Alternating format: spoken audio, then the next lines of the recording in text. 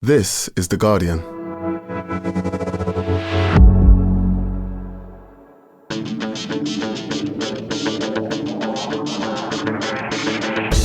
Hello and welcome to The Guardian Football Weekly. Let's revel a little longer in the greatest international break of all time. After the joys of Troy Parrott and Kenny McLean, it's Curaçao and Haiti's turn. Huge VAR at the end of Jamaica-Curaçao, but thank goodness it was there in Kingston. Meanwhile, Haiti qualifier on Astro. It looked quite power leaguey, but they won't care. Into pot 4 they go. Speaking of pots, or more accurately, projected pots, we can have a little go at a group of death and a group of life, and then back to the humdrum boredom of the Premier League. Just as international football is gaining some momentum, there's a North London derby, Super Sunday, a big test for Thomas Frank against Mikel Arteta's ruthless machine, but no Gabriel. How big a loss is that in both boxes? A potentially tricky trip for Manchester City to St James's Park, even if Newcastle aren't too strong right now, while Liverpool host Nottingham Forest. Vasectomies are back. As always, we'll answer your questions, and that's today's Guardian Football Weekly.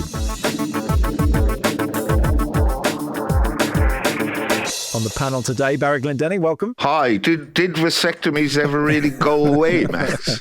I think it's like everything is cyclical, isn't it? They were really fashionable a few months ago. So they went out of, they just, nobody wanted them. And now they're back with a bang. And we'll tell you why at the end. Hello, Seb Hutchinson. Hello. Sounds like a shady operation.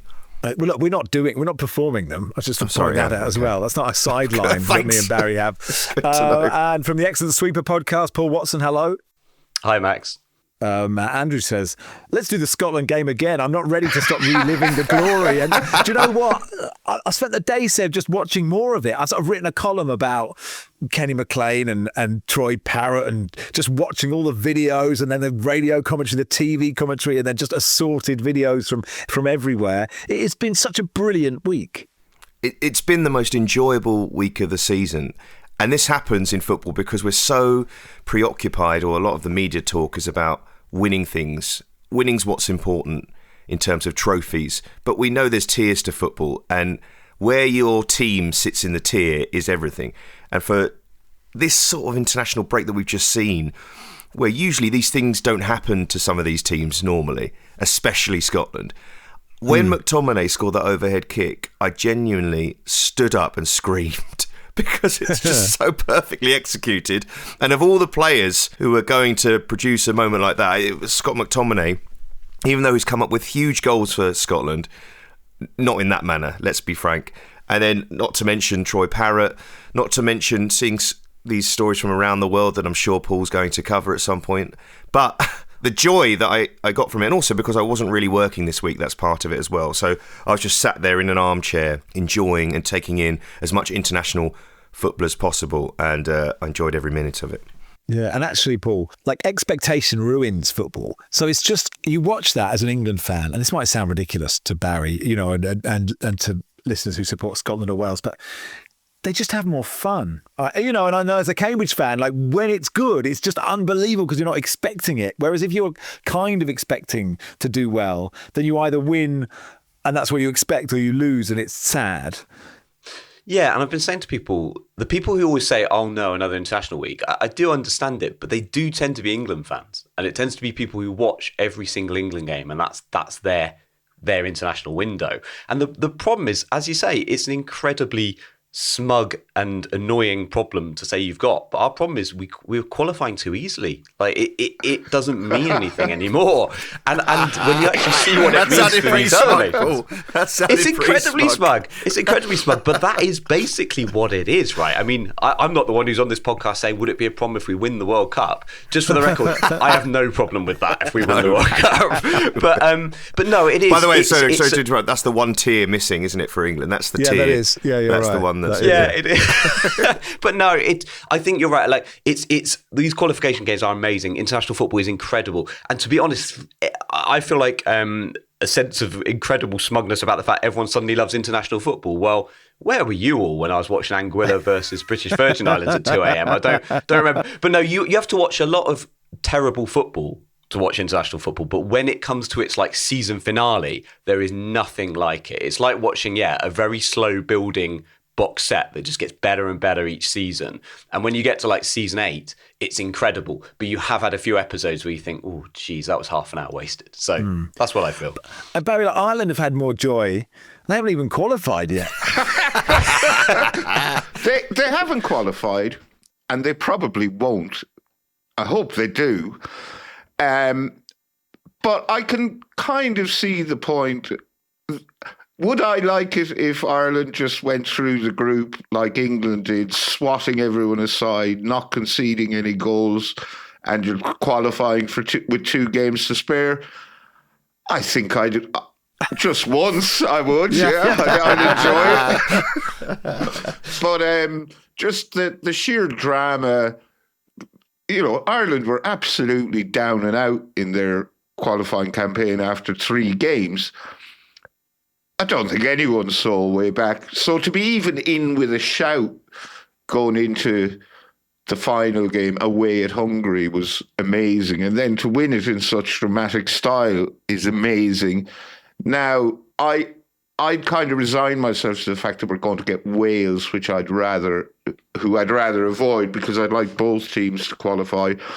But then someone pointed out to me that we could get Denmark, and that's obviously who we'll get again, and they will beat us again. How many times has that game happened? It never stops. It's just, in some parallel universe, Ireland are just constantly playing Denmark in a never-ending Bill Murray game of wakes football. up again and he's like, "Oh God, Ireland, Denmark again? Are you serious?" Shares playing on the radio. It's like, "Oh God, here we go."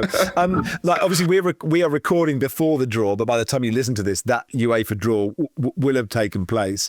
It's interesting. I was on direct message with Dale Johnson, who I trust more than I trust anyone else in the world about anything with what this is, because there's some conjecture about, are these pots the pots or not the pots?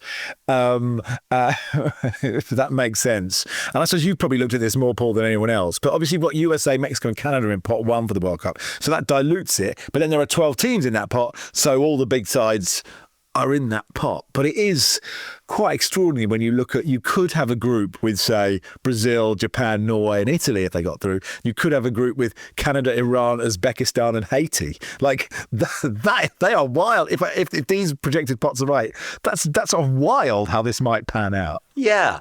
So these are correct, right? Because I did see some people saying that obviously we don't know who's going to qualify from the playoffs. So are there any teams still left in the playoffs who would go into a higher pot, or do they? Because the way it's written here, it's as if it's a given that whoever qualifies from the UEFA playoffs and the intercontinental ones automatically go into pot 4.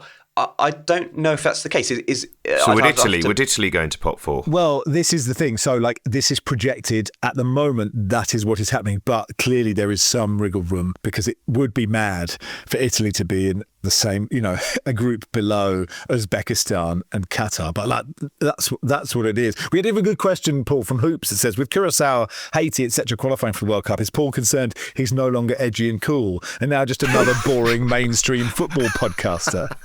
Yeah, you're pushing me to more and more extremes now, aren't you? I'm going to have to go even more niche, and eventually I'll just be sort of wheeled onto the pod for a minute to talk about the Burundian second tier, and then just sort of taken off, just gently taken off air while I'm still rambling. Faded down. Yeah. I'll be like, oh, it's weird you're doing it on a different sort of platform these days. Yeah. Well, let's start. Shall we start with Curacao, who drew 0-0 in Jamaica, and the drama at the end, Paul, is amazing, isn't it, of this game? Yeah, this whole story was ridiculous. It almost felt fated to be, in that Jamaica. It started really when Jamaica conceded a late equaliser against Trinidad and Tobago in the game before. So had they not done that, Curacao would have had to beat Jamaica, which would have been a very different dynamic. Now, Steve McLaren sort of tried to style it out and said, no, that's kind of good for us. We know what we need to do now. We need to go out and win this game. But I think everyone was sort of thinking, I'm not sure Jamaica can break down Curacao. But instead, what happened was this ridiculous game. Jamaica hit the woodwork 3 times. Curacao had a goal disallowed. And it all culminated in this, as you say, this brilliant drama in the last minute where Jamaica awarded a penalty.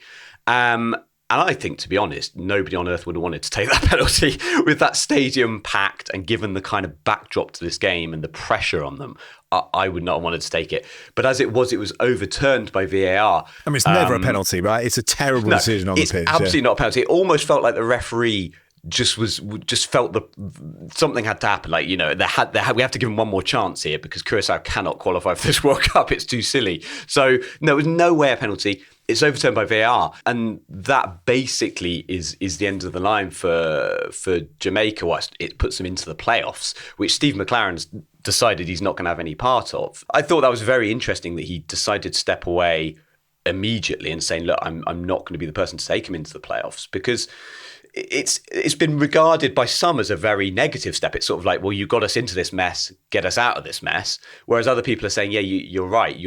You're predominantly, people are saying you're not in control of your players. And that's a big narrative that's been bubbling around with the Jamaican team, is there are rumours that these players are not behaving. Namely, there are rumours that they are out drinking certain members of the squad. There's a sense that they're not really. Don't tell Barry Ethan Pinnock has been out on the piss for the last week.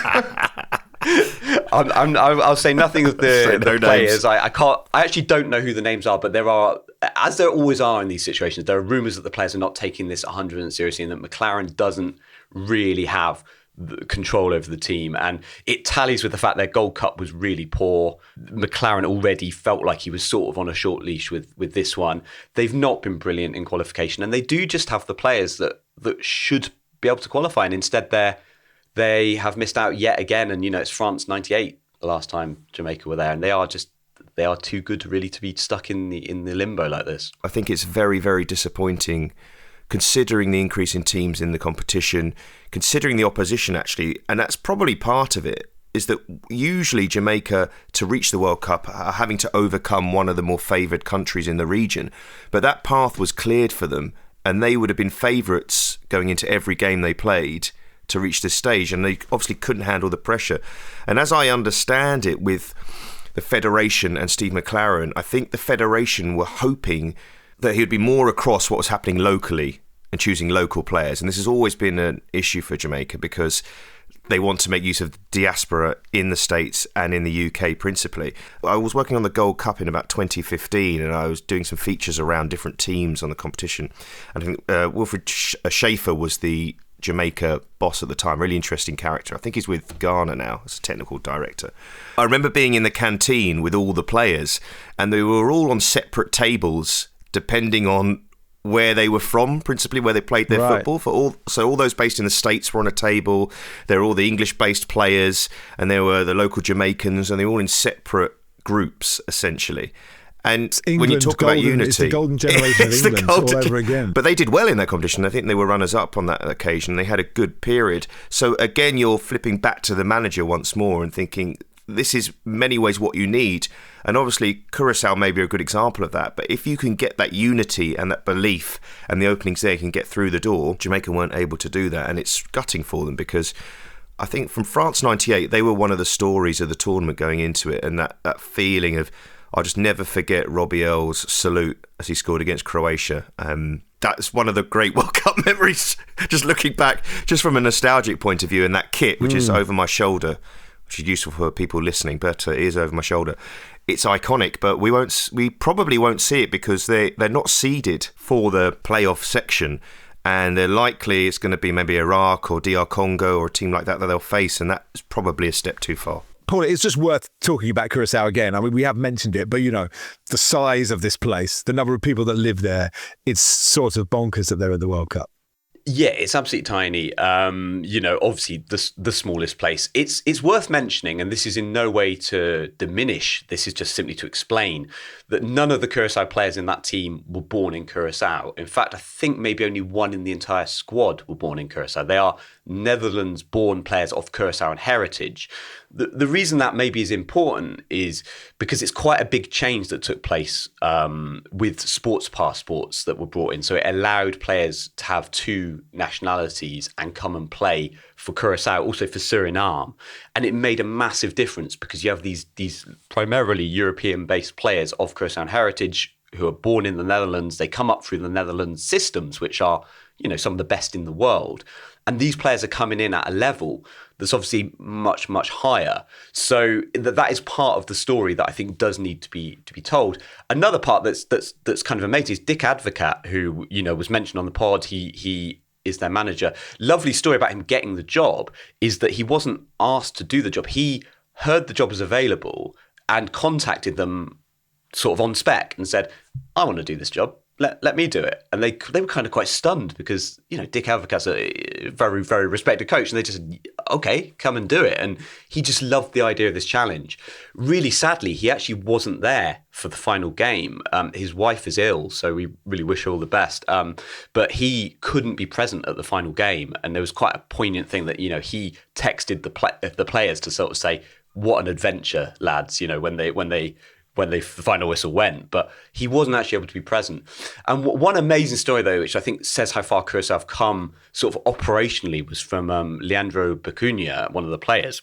He said in an interview that when he first started playing for Curaçao, they had an away match, and after the game, he took himself to the airport, and there was no flight for him. No one had sorted out his flight home, and he genuinely couldn't work out how to get himself back home from Curaçao, because obviously he was playing in Europe. And he was like, he's to say, like, it's kind of incredible that this team has come from that to the point now that they're going to World Cup. And I imagine they'll get the flights sorted for America anyway. Haiti beat Nicaragua 2-0, so qualified for the first time since 1974. They were playing in Curaçao. They can't play at home because of the situation in Haiti, on Astro. And I think they didn't know they'd qualified at full time, did they? Unless they were very chill about it. I was watching the highlights. They were just in a huddle. No, and I was like, it was one of those textbook standing around a radio or a mobile phone waiting for a result from elsewhere to be confirmed. They won, but they needed a game between Costa Rica and Honduras to pan out a certain way to ensure they qualified. They were all standing in the middle of the pitch, huddled around a phone, waiting for the final whistle to go in this other game. And then as soon as it did, all hell broke loose and the celebrations began. Interesting fact, I watched the highlights of this game, and Jean-Rickner Bellegarde from Wolves plays for Haiti, which came as news to me. Oh, I just wanted to add to that. He was talking about players looking at their phones. They should do that for the World Cup draw.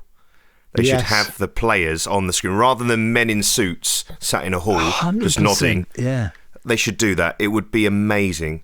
Because can you imagine the reactions? Yeah. Yeah, maybe not.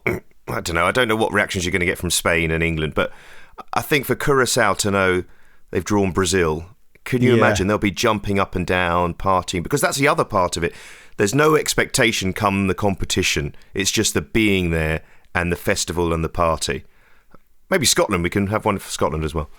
I was talking to Pico Lopez yesterday for a work thing, the Dubliner who plays for Cape Verde, and I was asking him who he would like to get in the World Cup and how he'd feel if by some hook or by crook Cape Verde ended up playing Ireland. So he said he'd love to play against Ireland. I said, I guess Portugal's a big one for you, Cape Verde, because, it's a former Portuguese colony. And he said, it's the World Cup. I want to play Brazil. Yeah. That's perfect. Yeah, let's not beat about the bush. I want to play Brazil. No. Yeah, that's exactly the right answer. Suriname have made it into the playoffs, haven't they, Paul? They didn't know they'd done it. Like a last-minute own goal gets them in.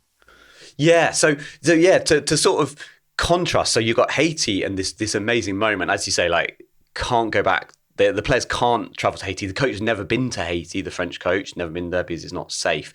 And they actually, in many ways, coming into the evening, were in a slightly worse position than Suriname. By the way, if you get a chance, there's an amazing speech from Dukans Nazon, who plays for Haiti. He's like a sort of senior player. He gives this speech before the game that Haiti play in the dressing room. And he basically says, there are people back home who have nothing in their pockets. They've only got us to rely on them. We can make them cry with joy. Today, we're not going to let them down. It's this incredible speech. And this Haiti team go out and just play amazingly, really. And it's this incredible moment where, they're all gathered around their phones waiting for this result. And then they go absolutely mad in centre circle. By comparison, Suriname come into the day on the brink of qualification. They've just beaten El Salvador 4-0. They needed to beat Guatemala, and it was in their hands. And I think there was a feeling this was going to be their night. But they absolutely just didn't show up. They were 3-0 down. They went 3-0 down going into the closing stages. It's absolute nightmare game for them. They've just not shown sort of any of the kind of, I don't know, I guess any of the flair that they've shown in this qualification campaign that's been unusual, because they are the lowest ranked team. They were going to be the lowest ranked team to qualify for the World Cup, 126th in the world. So they came into this whole campaign not looking great, but they've been brilliant, really, at points, Suriname. They played terribly. And in the last minutes of this game against Guatemala, they're 3-0 down. The players basically look like they've lost heart. They lump a ball into the box, and it's an own goal. So they go 3-1. The players do not care at all. You know, their dream is ruined. But what they don't realise is that actually that goal is the difference between sending them to the playoffs at the expense of Honduras, because it moves them up in the runners-up stakes. So this goal that they did not celebrate at all has in fact put Suriname into the Intercontinental playoff and knocked Honduras out. And the players only realise afterwards when they leave the pitch that, you know, it's not all completely lost. Devastating news for Wilson Palacios, of course. I'm sure. And all the other Honduran footballers that we've heard of. Meanwhile, Paul, Iraq, UAE, God, there was some atmosphere in this game, and like so much. One of those handballs, I mean, I can't. The poor guy who looked about 50, who gave away his hair's greyer than mine, but like, that was brutal, wasn't it? Yeah, I mean, this taking place in Basra. It's the Asian qualifiers is this weird system almost where it feels like everyone's sort of tapped on the shoulder and allowed to leave the doctor's waiting room at certain points. Like you kind of have stage after stage after stage, and you don't go out for ages. And this was the last chance saloon. Like, this is the final hope, and it's Iraq versus UAE. Winner goes to the intercontinental playoffs, and the loser is out. So there's a huge amount on the line. There's also, in the region, there is no love for the UAE because they have naturalised enormous numbers of players. They had 9 naturalised players in their starting 11. Their goal scorer, Cal Lucas, is Brazilian. They had Gaston Suarez, Gustavo Alemão. Like, you just have to look at the names. Like, this is a primarily South American naturalised team. So there's a lot of a lot of people in the region cheering Iraq on just vicariously because they don't want UAE through. The game is impossibly tense. There's been a first leg. The first leg was 1-1. This one is also 1-1, and it's just going to penalties for sure. You know, it's one of those really tight games. But suddenly, in the 18th minute of added time, Iraq are awarded a penalty. And this, you know, the stadium in Basra goes mental.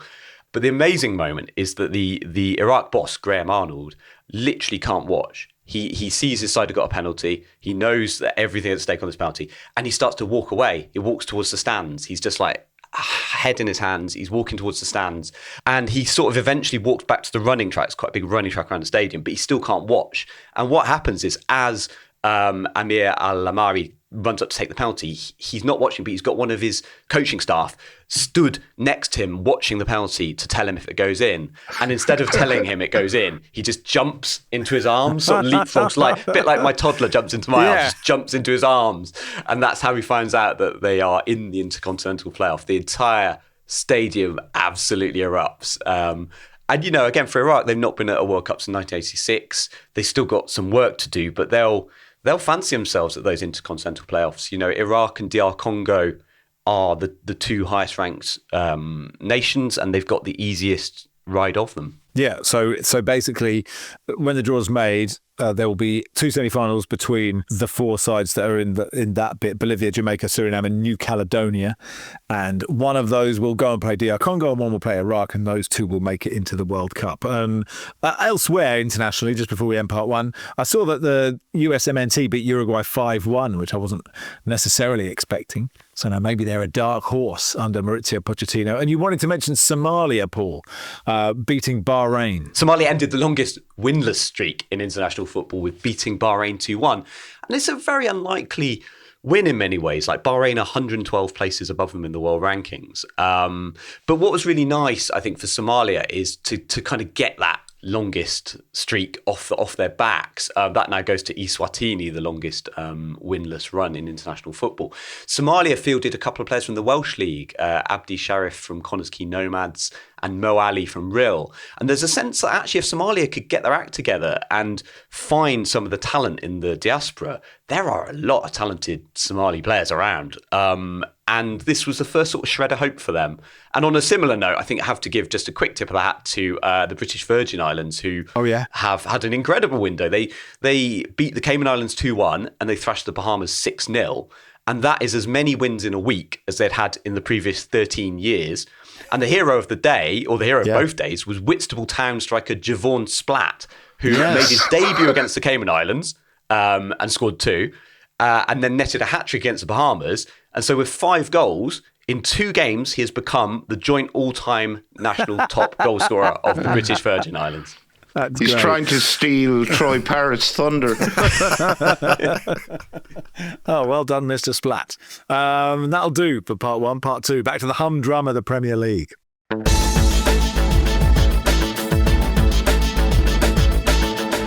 Welcome to part 2 of the Guardian Football Weekly. Richard says, why does club football have to come along and spoil international football? Can we start reducing the amount of club football? Yes, I mean, look, many people doing the same gag, but it is worth doing. Premier League returns this weekend. Game of the weekend is probably Super Sunday, North London derby, Arsenal versus Spurs.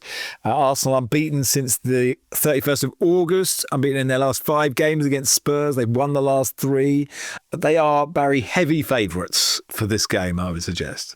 I guess they are, but we have to insert the obvious caveat that form is obliged to go out the window. The big talking point is that Gabriel is injured after knacking his thigh, I think it was, in a friendly for Brazil. I think quite a few Arsenal fans are very unhappy that he was even playing in a friendly, but he was. It was against Senegal. He had to come off. He could be out for 2 months, and the 2 months he could be out arguably coincides with Arsenal's busiest time. Well, not arguably, it is going to be Arsenal's busiest time of the season and their trickiest run of fixtures of the season. Mikel Arteta has to decide whether to start with Piero Hincapié or Christian Mosquera. I think both are more than adequate defenders when it comes to covering for Gabriel. It's the other box where Gabriel, I suspect, will be missed more because he's so good at Arsenal corners, scoring from them and helping others score from them. But, I mean, Spurs have no shortage of injury concerns and issues of their own. Pape Sarr, I think, picked up an injury on international duty with Senegal. Ben Davies, Lucas Bergville, Mohamed Kudus and Randall Kolo Muani are all, there's concerns over them, their fitness for this Sunday. And then there's the long-term list of Lehman Holt in the Spurs ranks, Kulusevski, Maddison, Dominic Solanke, et al. So I guess Arsenal are favourites. I wouldn't say it's set in stone that they'll win, but they are at home, so that's a big thing. I suppose the thing about Gabriel missing, Seb, is every time Arsenal have had someone missing, someone else has come in and really stepped up. And we've talked a lot about the strength and depth that they have and, 2 players for each position. There's no reason to suggest that, whoever he decides on Hincapié or Mosquera, that they won't do the same thing. It's felt like a familiar tale this season, people saying Arsenal have strength in depth. But every week that goes by and they lose another player and another player, so how deep is your depth, really? And it comes a point where it's too much. I did the Sunderland-Arsenal match, and Arsenal's attacking depth was bare bones, actually. The only players they could bring in attacking areas off the bench were academy players, essentially. I know they're good ones in Harriman Anus and Max Dowman and Waneri, but they were the only really options they had to bring off the bench and maybe change the game if they needed to, or throw another striker on, which meant Arteta, maybe he would have wanted to freshen up his front line to keep the ball a bit better, and they may have seen that game out. With Gabriel going, he's the one defender. I mean, he was in line really to be one of the players of the season. And as you say, he's going to be a miss in the opposite box, and they still will be defensively strong, but it's the attacking area that's interesting. And it feels like a season overall that's going to be defined really by how many key players can stay fit for teams and AFCON, because certain teams are going to be heavily affected by that. I think Sunderland in particular, having Man mentioned alive, their whole squad goes. So I looked at the list, I was like, it just brutal. kept on going, page after page after page. We'll get to that. I guess, you're from attacking point, we don't know if Madueke, Gyökeres, Martinelli or Ødegaard will be there. They could have Marino up front. He's done a really good job for them and Spain when he's done that. I wonder, from a Tottenham point of view, Paul, it feels like if Thomas Frank could get a win here, it would just, in terms of like the vibes around Spurs, which are kind of not that positive, I think people are aware that he's got quite a lot of work to do and they're doing okay. But if he could get a positive result here, you feel like that could be just like, that would be such an amazing moment for him. Yeah, it would. And it was weird, wasn't it? Because I think, just before the international break, Spurs were like on the brink of beating Man United, and it looked like everything was sort of slightly coming together a little bit, because there was the Copenhagen game and the best goal in the history of football by Mickey van der Ven, and they battered Copenhagen, and just, I don't know, there was a sense of a lifting of the pressure on Frank a little bit, and then conceding that last minute goal to Man United and ending up only getting a draw there. I guess Frank remains under a little bit of pressure. It feels like the vibes coming out of Spurs seem disproportionate to how bad things are. Things are not that bad, but it just feels there's a gloom around Thomas Frank. And I don't think I fully understand exactly what that is, but it is there. But look, they're fifth, Tottenham. They're on 18 points. I mean, as are lots of teams, Villa, Man United, Liverpool and Bournemouth. I mean, below Arsenal, it is incredibly tight. Man City are second with 22 points at the moment. They go to Newcastle, Barry. And you sort of, on paper, you look at it and you go, this is a tough game. But Newcastle have lost 3 of the last 4. City are, as we established last week, they're in ominous mode. They are in ominous mode, and Eddie Howe's record in the Premier League against Manchester City is diabolical. He's played them 18 times with Bournemouth or Newcastle and has drawn 2 and lost 16. They just can't get one over on Pep in the league at all. Dan Burn is going to be suspended for this game. He's been filling in at left back for Newcastle, had a nightmare in their last game. But it gives Eddie Howe an opportunity to put Lewis Hall in. Newcastle's league form is not good at all, but they're at home for this one. And I think, like Paul said about Spurs, if they could win this one, this would really get their season back on track. But it's difficult to see them beating City, given their record against them is not great. And as you say, City are in very ominous form. Yeah, I mean, Doku scored twice and assisted for Belgium. Okay, against Liechtenstein. Haaland scored another 25, I think, in the international break. So. and like, given that Arsenal won the league about a month ago, if City win this, because it's before the North London derby, it's the 5:30 game on a Saturday, that takes them to within a point of Arsenal. So suddenly you're like, okay, this is interesting now. This is why it's just still so early in the season. Of course it is. We say this every pod, I would imagine, but even Newcastle could find themselves in the bottom 3 if other teams win this week. And that's how things can flip. But it is so early. I think 11 games, and it'll be 12 after this. There's still so much football to be played. And I think we have to almost look at it rather than putting the crown on teams' heads or believing that teams are going to be going down. We're just thinking, are they in a good position or are they in a bad position?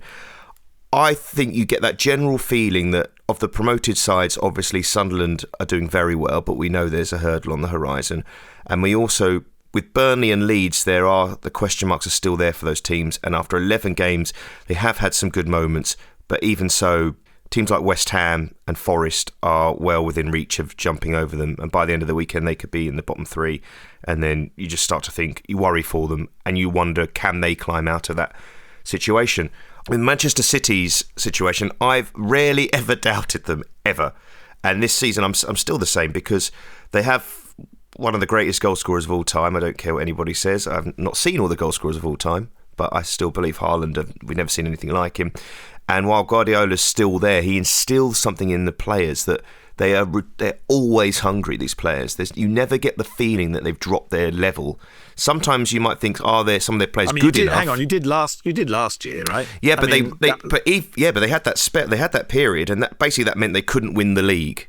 But they still recovered to a position where they were in the FA Cup final. They were third in the table. You know, there's still most teams wouldn't mind that. Chelsea, Manchester United, Spurs, all these sides would have loved to have been in that position, and that's the standard they've met. And it does feel weird with them. I think when they face Newcastle this weekend, these are those sort of games where you think, okay, City they're there now, and they've had it with Newcastle. I think there was the late winner a couple of seasons ago, the Oscar Bob one, and that felt like a defining moment of that particular season, where you think this team, even against the odds, the quality's there to pull it through. Players are coming back from injury, and I just have a sneaky suspicion that he's going to pull it through again, Pep. Although we can't crown 12 anyone games yet, in. We can't, there's only 12 games in. Now, Liverpool play Forest. It's a Saturday 3 o'clock kickoff, Baz. Liverpool lost 4 in the last 5. And again, without reading too much into it, you sort of think if they have to win this one, right? They have to. I mean, the pressure that would be on if they didn't get 3 points, I think would be enormous. I don't think it's too early to say that Liverpool are not going to win the league. I mean, they've already lost more games this season than they did all last season. Yeah. They're not playing well.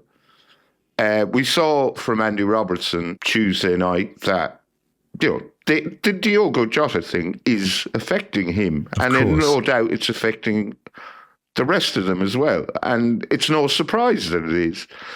And we keep mentioning that we can only speculate as to how much it's affecting him, but it's clearly affecting Robbo there. He spent all day Tuesday crying and hiding in his hotel room because he misses his mate.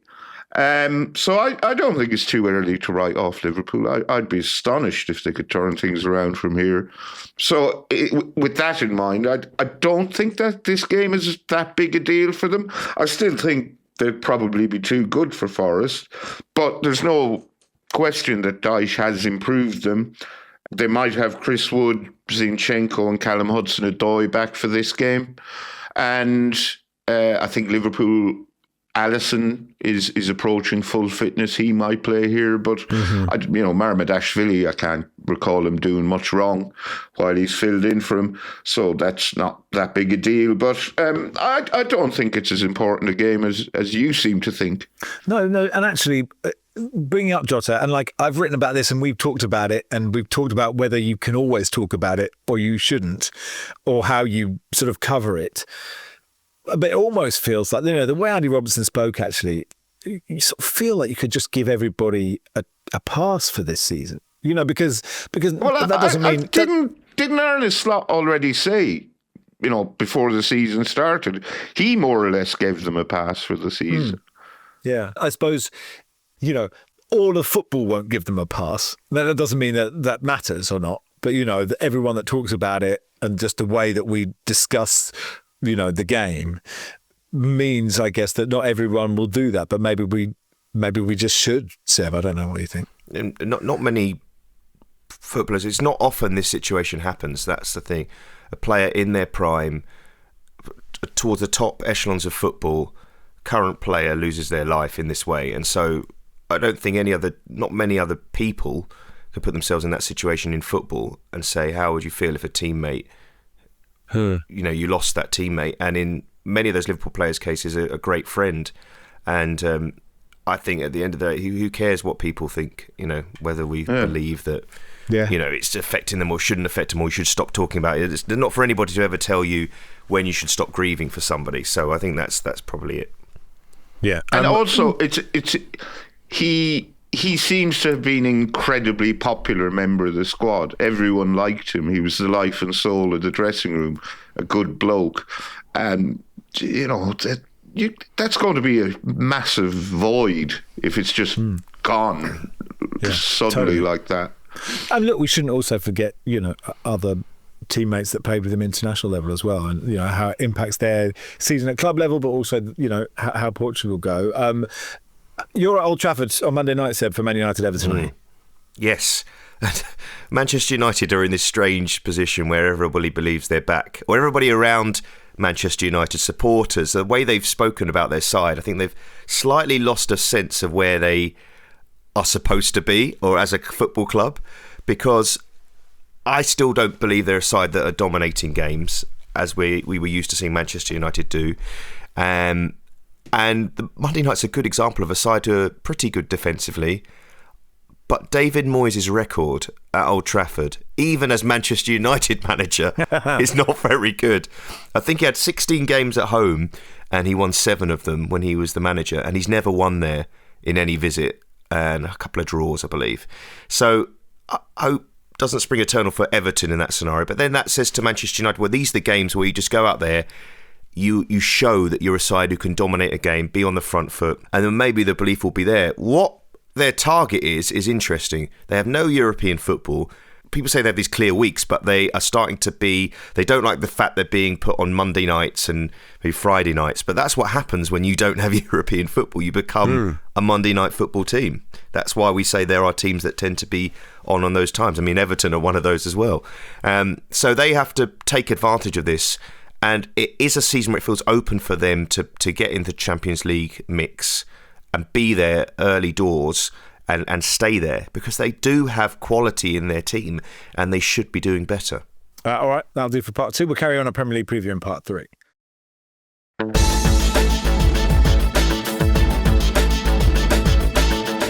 Welcome to part 3 of the Guardian Football Weekly. Paul, Wolves, Crystal Palace at 3 p.m. The Rob Edwards era begins. I wonder what you make of his move. We've talked about it a bit, but it's really interesting, I think.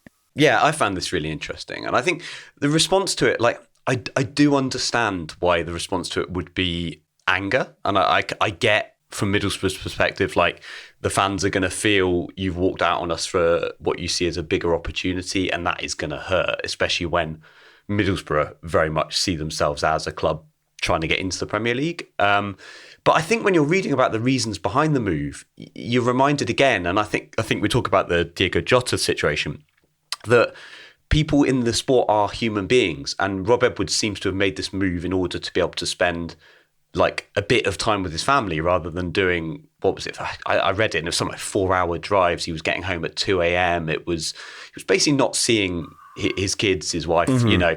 And you got to remember, these guys are human beings. And I think if any of us had an opportunity come up where, you know, you've got a new job offer, it's okay, a slightly bigger job probably in terms of salary, and it's a slightly bigger job in terms of profile. But more than that, if the biggest thing that jumps out at you is, I'm going to be able to see my kids a little bit, I'm going to be able to have some family time, I just don't think we'd ever judge anyone in any other profession in that way and say, well, you know, what's wrong with you? You're a snake, you're a traitor, all this kind of stuff being thrown at him. And personally, I really sympathise, but I think it does really throw into stark relief this thing that there's a habit of not viewing football managers as human beings with outside concerns. And yeah. I personally, I wish him all the best. And I know when he left Forest Green, in fact, he was here. He was a brilliant manager at Forest Green Rovers, and he left for Luton. And people here were livid at him. I think it was to do with the way he left. He said, you know, I'm going to stay, and then he left. But again, job comes up with a massively bigger salary, massively greater opportunities. I just don't know how you can really have any venom for someone trying to do the best for them and their family, really. Although I would say that the move from the UK to Australia means that, for me, means that I now podcast once the kids have gone to bed. So I actually have too much family time, and I would love to podcast. Well, I was going to say, Max, that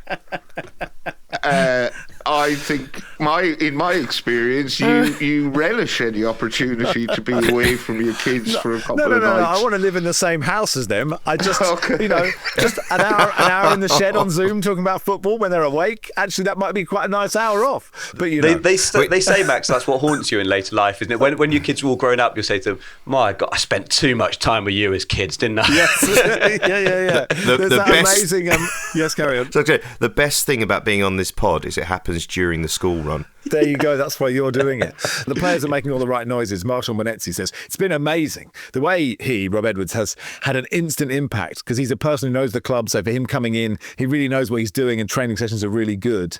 Obviously, not really a news story. You can always know a story isn't a story if you if the opposite is much more interesting. And had Monetzi said, this guy's no idea what he's doing, and he might know the club, say at the club, but he hasn't got a clue. Still, Palace, Barry, is not an easy game for anyone. No, it isn't. They drew 0-0 with Brighton in their last game before the break, a game with nothing really. It was a complete non-event as far as football matches go. Wolves have conceded 3 goals in each of their last 3 games. That has to stop. Palace we know how good they can be. The Wolves' motto is out of the darkness comes light. So let's just say I hope Rob Edwards brought a torch from Middlesbrough. Us feeding the players lots of carrots. Leeds play Villa 2:00 on Sunday. You start to feel, Seb, that we all said, these promoted sides looks good, and Sunderland have kept it on, but Leeds are starting to slip, aren't they? I was at Ellen Road for their win over West Ham, and West Ham were terrible that night. And Leeds still made hard work of it by the end of the game, and their fans were stressed, and West Ham scored really late on, and they felt they were hanging on a bit, and you could feel the tension in the crowd. Now, you have to win games, obviously, to stay up in the Premier League, but you can't be in a position where you're that tense just to secure victories. I think that when they beat Everton and their first match of the season, it can't be every home win feels like an event to get over the line. And it feels a bit like that with Leeds at the moment. There is some discontent about the manager. You felt that was going to be the situation, because what Sunderland did compared to Burnley and Leeds, to the point is they brought in so many players. They brought in players that were unknown also to English football, and so many of them have hit the ground running. And that's what you need now. I think maybe 3 or 4 seasons ago when Fulham did it, there was a lot of criticism over bringing in so many players. When Forest did it, but I think you have to do that now. You almost have to change your entire team if you can. I don't think bringing your main side up to the league is going to work anymore as it may have done before. The gap feels too big, and you have to bring in the quality required. Just Leeds haven't done that, especially in forward areas. And you're still seeing names like Brendan Aronson starting games, and you're thinking, what's happened here? A player that went out on loan, wasn't a great goal scorer to begin with, and they are struggling in that area. And you think a game like this is against Villa, who was so impressive last time out. I'm not saying this could be the one in terms of manager losing his job, but I think it does feel like they're under a lot of pressure now to try and get the points needed to make them feel like it's something that they can do, stay up in the Premier League. Meanwhile, Sunderland, they go to Fulham. It's a 3:00 kickoff. And look, they've got a month until AFCON, right? They're in 4th, Barry. But just looking at the players they lose for that. I think it's 7. 7, yeah. Chalby, Diarra, Reynaldo, Adingra, Traore, Masuaku and Siddiqui. BBC saying that most of them are first-team regulars, 50 Premier League appearances between them this season. So, it's a big month ahead of that. Siddiqui will be a huge loss. Masuaku as well. Adingra, he's not a starter. Habib Diarra, he has been injured, but he's a good player. I just want Sunderland to get to 40 points and I'll be happy. This is one of those, for Fulham, Seb's theory, you have to win these 3:00 Saturday games when no one's looking. This is one of those for Fulham. I would be disappointed if Sunderland don't win this, but, it wouldn't be a massive shock if they didn't win it. But I have a certain expectation of Sunderland now, and it's quite high, and I would expect them to win this. It's what we said at the start. Expectations ruin being a football fan. Well, it's been a very long time since I've had any sort of expectations for Sunderland that weren't rock bottom. So it's nice to be in this position. If they lose against Fulham away, I'm not going to lose sleep over it, but I do expect them to beat Fulham. Bournemouth, West Ham. Interesting, Paul, that, going into this game a couple of weeks ago, you wouldn't have said, well, West Ham will be the form side, but they are, in terms of they've won the last 2 and Bournemouth have lost the last 2. Yeah, it's been a bit of a switch, hasn't it? I think Bournemouth haven't looked themselves over the last couple of... But that said, things could have gone very differently. They weren't horribly out of sorts. But yeah, it's kind of nice to see West Ham rallying a little bit. And I think there's Personally, I think they're good enough that they're going to push on up the table. I don't think they're going to be relegation trouble this year. I think there's enough bad teams in there, and I'm thinking it's Burnley, Forest, and Wolves are in serious trouble. Then you've got Leeds are going to struggle, and I think Fulham too. Antoine Semenyo, lots of noises about his release clause that may be £65 million if anybody wants him in January. Thomas Souček has been stripped of the Czech captaincy for at least one game, and along with his teammates denied match bonuses after they failed to acknowledge their supporters following a 6-0 win over Gibraltar. Seems a bit harsh, doesn't it? It's okay to just occasionally want to just go home. We should make sure we acknowledge our listeners at the end of this podcast, Barry. Yeah. Burnley, Chelsea, Saturday 12:30, Brighton, Brentford, 3 o'clock. Any strong thoughts on either of those, gentlemen? Chelsea, it's funny, we're talking about Manchester City's form, but Chelsea's is pretty similar in the Premier League actually recently. And they've racked together, they put some wins together where they're right on the shoulder. And we speak about City being a point behind Arsenal. Chelsea could be 3 points behind Arsenal, and they play them very, very soon. So that's how things can turn. And this is a Chelsea side who still haven't really had a settled starting lineup. I don't think their signings have particularly hit the ground running per se overall. I don't know what to make of that overall. I don't know whether it's me just finding another reason to say it's still too early, or it's just the fact of, because it's so early in the season, things are so tight, things can change quickly. We mentioned Fulham as well. Only a matter of weeks ago, people were singing Marco Silva's praises and linking him with other jobs, and they have lost or dropped points in games where they've been very unfortunate, but it is so unforgiving, the league. Let's just put it this way. The next time I'm on the pod, we can start making predictions, okay? So let's wait till then. Okay. Let's book you for Monday. The Brighton-Brentford game looks like a nailed-on draw.